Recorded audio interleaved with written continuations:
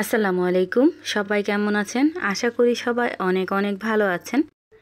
আজকে আমি বানাবো তালের পুর ভরা পাকন পিঠা। অনেকভাবেই তো পাকন পিঠা তৈরি করে খেয়েছেন। এইভাবে একদিন তালের পুর ভরা পাকন পিঠাটা তৈরি করে নিতে পারেন। উপর থেকে মচমচে, ভিতর থেকে রসালো। এখন দেখে নেই আমি কিভাবে এই পাকন পিঠাটা তৈরি করলাম।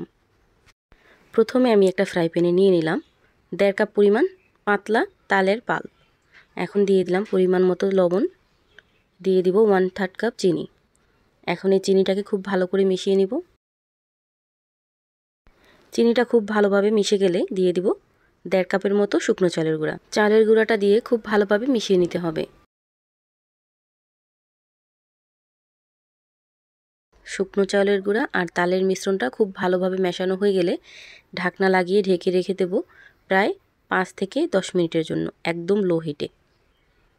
এই তো আমি 10 মিনিট দমে রেখে দিয়েছিলাম। এখন আমি একটু উল্টিয়ে দিব। আর এই তো দেখতেই পাচ্ছেন ডোটা কিন্তু একদম পারফেক্টলি রেডি হয়ে গেছে। এখন আমি এখান থেকে কিছুটা ডো নিয়ে নিব। এখান থেকে আমি অর্ধেকটা ডো নিয়ে নিছি। আর এখন দিয়ে দিব নারকেল কোড়া।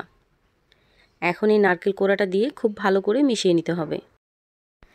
আপনারা চাইলে সেদ্ধ করার সময় নারকেল কোড়াটা ব্যবহার করতে পারেন, কিন্তু পরবর্তীতে নারকেল কোড়াটা দিলে ঘ্রাণটা খুব ভালো আসে, এজন্য আমি পরবর্তীতেই দিলাম। এইভাবে আমি সফট একটা ডো করে নিছি হাত দিয়ে ভালো করে মথে। এখন আমি গোল গোল বল করে নেব এগুলোকে। আর এইভাবে আমি ছোট ছোট বল করে নিছি। এখন একটা বাটির শেপ করে নেব। এখানে আমি এই পিঠার জন্য পুরটা কিভাবে তৈরি করছি বলে দিই। এখানে আমি 1/2 কাপ পরিমাণ নারকেল আর 1/2 কাপ নিছি খেজুর গুড়। খেজুর গুড় আর নারকেলটাকে খুব ভালো করে জাল করে নিছি। জাল করে নিলেই কিন্তু হয়ে যায়, পানিও দেওয়ার কোনো প্রয়োজন নেই। জাস্ট একটু জাল করে নেবেন মিঠাইটা, আর নারকেল থেকে যতটুকু পানি বের হবে ততটুকু শুকিয়ে নিলে কিন্তু এই পুরটা একদম রেডি হয়ে যায়। এখন এই ভিতরে এই পুরটা ভরে দিলাম। এখন সাইডটাকে আমি একটু ডিজাইন করে নেব। আপনারা চাইলে ঠিক এইভাবেও রেখে দিতে পারেন।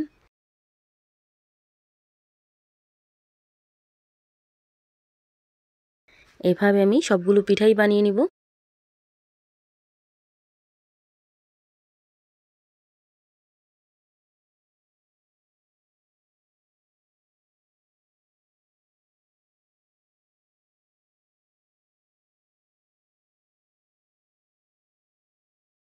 এভাবে আমি সবগুলো পিঠা কিন্তু বানিয়ে নিছি। এখন আমি তেলে ভেজে নেব। আপনারা চাইলে এই পিঠাগুলো ভাপ দিয়েও নিতে পারেন। এই তো আমি পিঠাগুলো ভেজে নিতেছি। আর পিঠাগুলো যখন তেলে দিবেন চুলার হিটটা মিডিয়াম টু হাই হিটে রেখে তারপর এই পিঠাগুলো ভেজে নেবেন। এক পাশ ভাজা হয়ে গেলে আমি উল্টিয়ে দিব। আর এইভাবে আমি মচমচে করে ভেজে নেব। এই তো ভাজা হয়ে গেছে, আমি উঠিয়ে নিব।